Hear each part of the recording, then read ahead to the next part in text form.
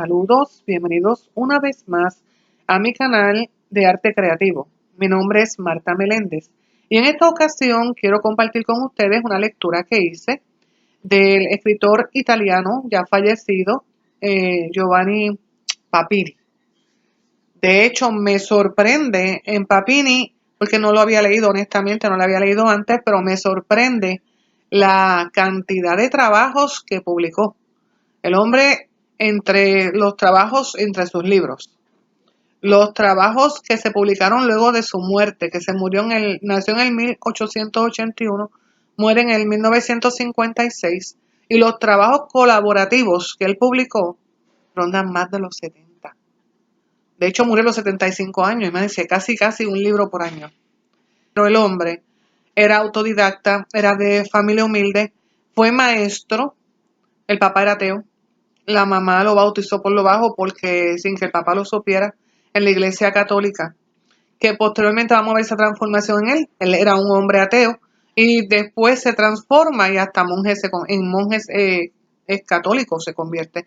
Se mete a la religión católica, pero en extremos, pasa de un extremo al otro. Bien, vamos entonces a ver este cuento. Este cuento está contenido en el libro Palabras de Sangre y fue publicado en el 1912. Cuando yo veo el título, porque una de las cosas que hace un escritor cuando quiere llamar la atención es poner un título que de alguna manera atrape al lector, obviamente. Y esto de decir el prisionero de sí mismo, pues ya de por sí cuando uno lo lee uno dice, de prisionero de sí mismo, ¿por qué? Pues entonces hay una doble intención dentro del título, porque el título no se pone al azar, el título se pone por un motivo, ¿no? Y el prisionero de sí mismo tiene una doble connotación, como ya les he dicho. Es prisionero de sí mismo porque él mismo literalmente crea una cárcel y se torna prisionero en ella. Pero es prisionero de sí mismo porque él, por lo que ha hecho, tiene que purgar y nunca termina de pagar esa culpa que lo acomete cuando él ha hecho tantas cosas de las que posteriormente sabe que, que están mal, que están mal. No te digo que se arrepiente porque hay que ver el cuento. Bueno, de todas maneras, cuando yo comienzo a leer el cuento está narrado en primera persona. Me acuerdo del cuento de Edgar Allan Poe del Gato Negro, porque en el Gato Negro los dos, tanto este personaje que no tiene nombre, y en el Gato Negro, el personaje del Gato Negro, no recuerdo si tiene o no nombre, pero los dos están en primera persona, o sea, están confesando algo que han hecho.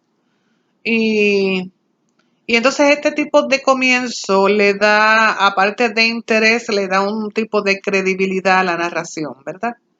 Hay que ver también que el norteamericano Edgar Allan Poe publicó El Gato Negro, en mi opinión, y es bien probable que Papini, siendo un lector voraz, porque fue bibliotecario, lector voraz y autodidacta, haya leído entonces este cuento de Edgar Allan Poe y de alguna manera se haya motivado con esa lectura, porque es que los dos comienzan con esta declaración de culpa y es interesante, ¿no? Y nos da hasta cierto punto, vamos a creer en lo que nos está diciendo, lo que nos está diciendo pasó de verdad.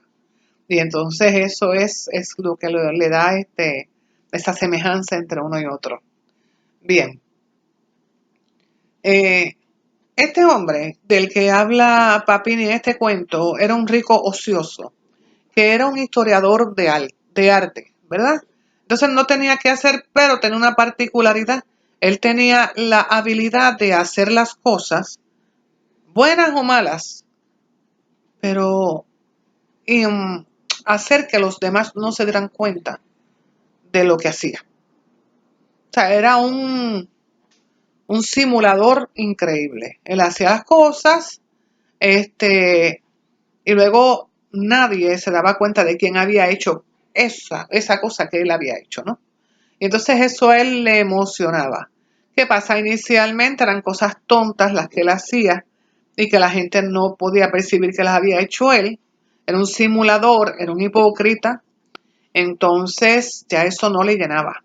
Pues empezó a hacer cositas que pudiera coger de como de tonto a la gente. eh, y, y a ver qué emoción le daba hacer otras cosas. La siguió haciendo, la gente, nadie se enteraba de las cosas que él hacía, nadie podía culparlo de lo que él hacía. Así es que como nada de lo que él hacía, que era tonto, ¿verdad? Era nimio, le satisfacía ya eso no le creaba ningún tipo de emoción, pues decidió que para que le creara más emoción iba a hacer algo que fuera más trascendental. Y decidió matar a una persona, matarla de forma tal que nadie se diera cuenta que él había matado. Cogió y al azar, cogió un vecino y dijo, pues vamos a ver cómo yo hago con este vecino. Planificó punto por punto todo lo que iba a hacer hasta que cogió y lo mató. Pero ¿cómo lo mata? No lo mata por los medios tradicionales. Esto de con una pistola o un cuchillo, no, ni le roba tampoco, porque él no va a dejar ningún tipo de huella. Además, él no tiene la necesidad de robarle a nadie. Simplemente, y tampoco tenía nada en contra de ese vecino, simplemente decidió que la persona que él iba a matar era ese vecino. Bueno, pues, mata al vecino. Todo el mundo se consterna porque él no usaba medios tradicionales, él lo que hacía era que los asfixiaba, los ahogaba, o le daba algún tipo de veneno que poco a poco se fueran muriendo, ¿sabes? Hacía un tipo de cosas que no dejaran rastro.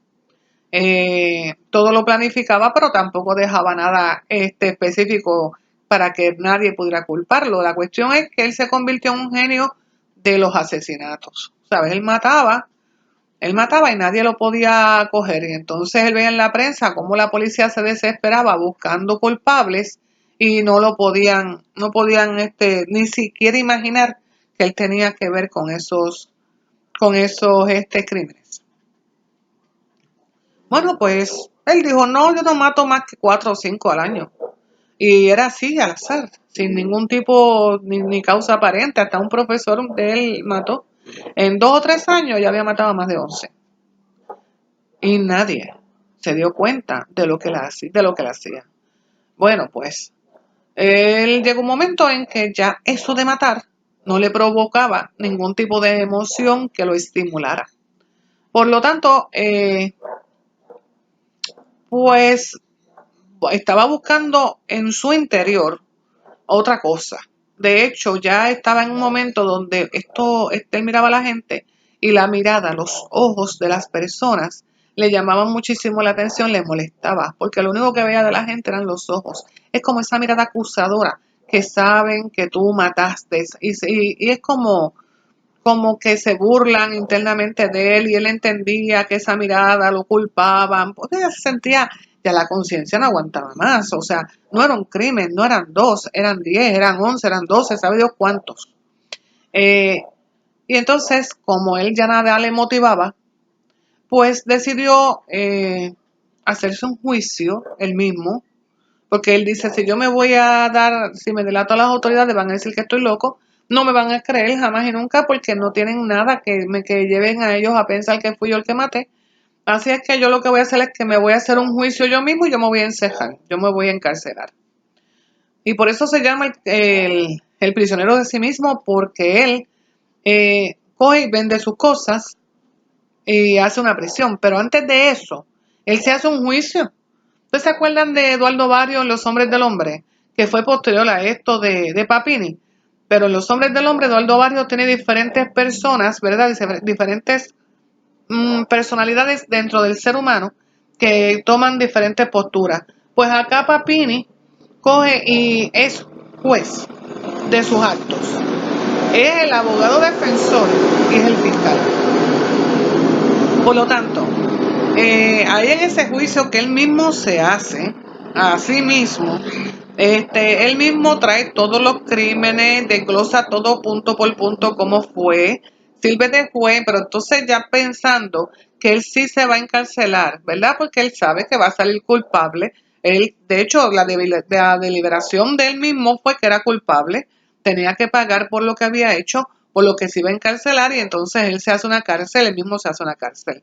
Pero él no va a estar toda la vida en la cárcel, él se va a sentenciar a 30 años de prisión, porque 30 años es suficiente. Él tiene 27 años en ese momento, pues cuando salga va a tener 57, ya está mayor, ya él entiende que le queda poco de vida, pues es suficiente para expiar eso que él ha hecho. Bueno, de todas maneras, viene y se compra, como él es acaudalado, vende todas sus cosas, se compra es un caserón viejo en el, como decirte yo, en el campo, y entonces tiene una torre, ya está destruido, pero tiene una torre bien alta, y en esa torre bien alta, él la prepara y se lleva una cama, se lleva un espejo, se lleva 4 libros, y un lavabito, ¿sabes? Un lavabo para asearse y hacer sus necesidades, obviamente. Entonces le pone rejas y entonces ahí se encierra, porque entonces consigue un pastor humilde, un hombre, ¿verdad?, que vive cerca, que no tiene mucha preparación, y él pues hace el contrato y le exige que lo mantenga, que le sirva de carcelero, lo mantenga encerrado y le lleve a diario comida, le lleve fruta y pan, que con eso es suficiente, porque él entiende que como él no va a hacer ningún tipo de ejercicio, pues no necesita más, comer más que sea fruta y pan. Bueno, de todas maneras, se encierra. Entonces uno va viendo paulatinamente cómo es ese deterioro de esa persona durante todos esos años de encierro y cómo lo puede tolerar o no tolerar. A principio, pues estaba contento, porque una de las cosas que este personaje detestaba era la mirada de la gente. Él no le gustaba que la gente lo viera. Ustedes se acuerdan que en el caso de los ojos, cuando él miraba a la gente y lo único que veían ellos eran los ojos acusadores, pues ya eso es un signo de que él detestaba eso, de que lo miraran.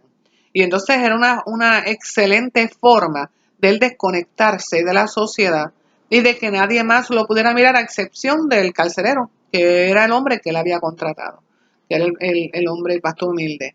Bueno, pues de todas maneras, él se encierra, decide estar 30 años, y en los primeros años, pues, ¿qué hace? Ya llega un momento en que estas 6 paredes, porque están las 4 paredes, el techo y el piso, ya las conoce de rabo a cabo. Él sabe cuántas grietas tiene cada pared o el piso. Él sabe cuántos ladrillos lo conforman. Él sabe en la luz del sol cuando cambia. Las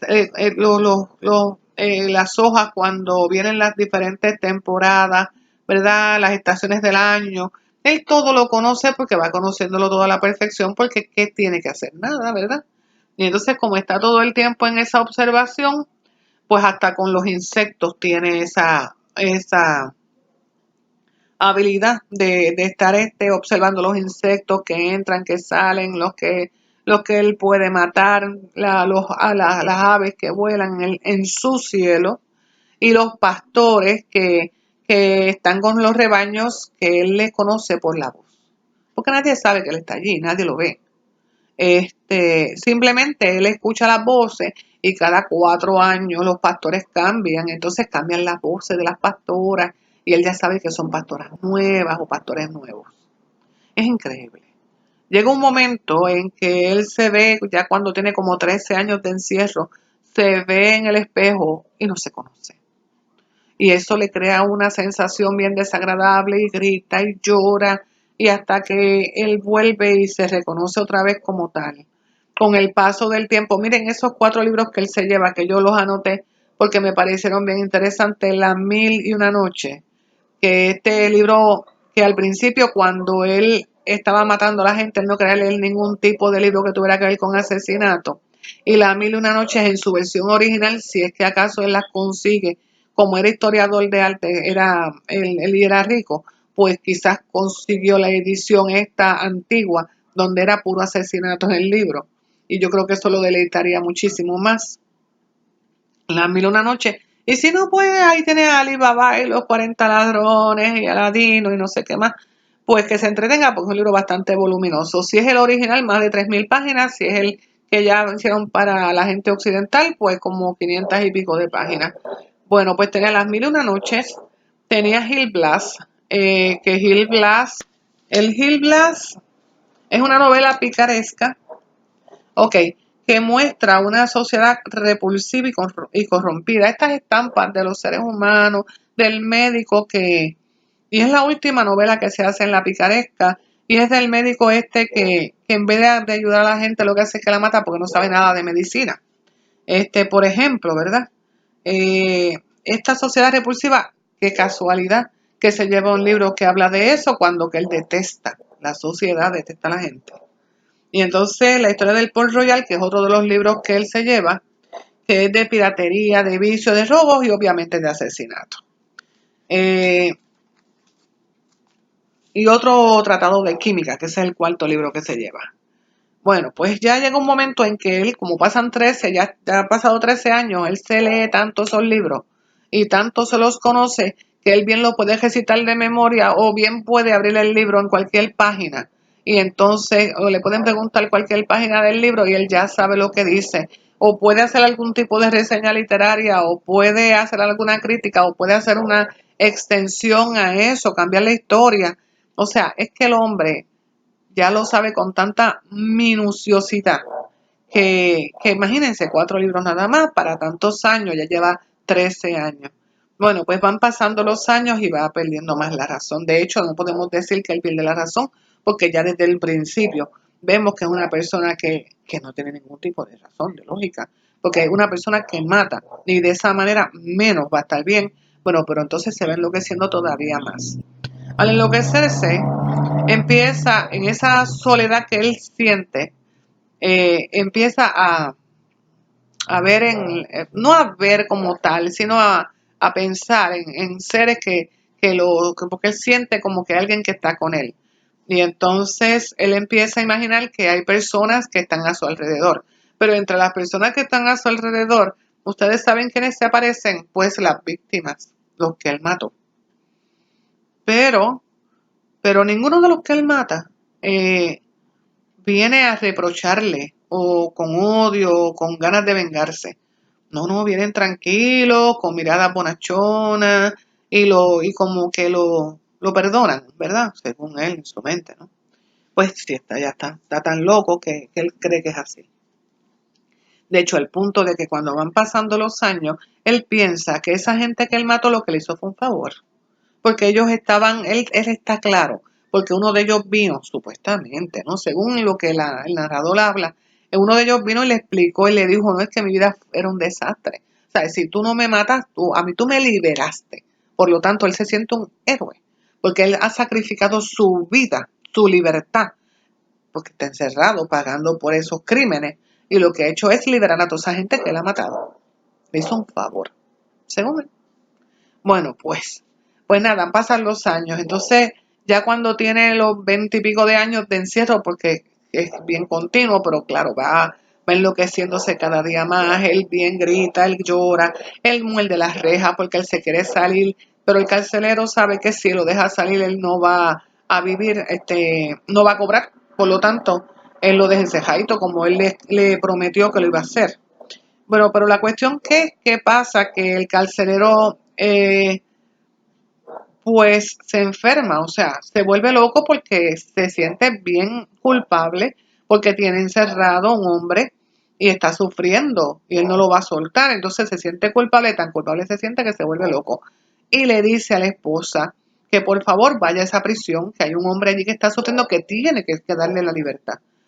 Y entonces la esposa, por curiosidad, porque ni la esposa sabía de la existencia de este hombre, va allá a la cárcel donde está ese hombre y cuando lo ve, se queda atónita y lo suelta. Le da la libertad y el tipo decide irse porque dice, si me quedo aquí va a ser peor. Pues se fue como a los 24 años de encierro, de encarcelamiento. Y cuando se va y se incorpora a la sociedad, pues no puede incorporarse a la sociedad, primero porque nadie se acordaba de él. Segundo, porque él no tenía trato con la gente y entonces no sabía cómo interaccionar con la gente. Tercero, porque él estaba desconectado totalmente del mundo. Él no sabía qué era lo que estaba pasando. Y entonces la gente lo miraba y lo rechazaba. Nadie quería tener ningún tipo de conversación con él. Y Y él pues era lento en actos, lento en pensamiento, porque es que estaba totalmente deteriorado. Bueno, pues él termina diciendo el cuento, ¿verdad? Porque eso es lo que le pasa. Nunca confiesa públicamente lo que hizo.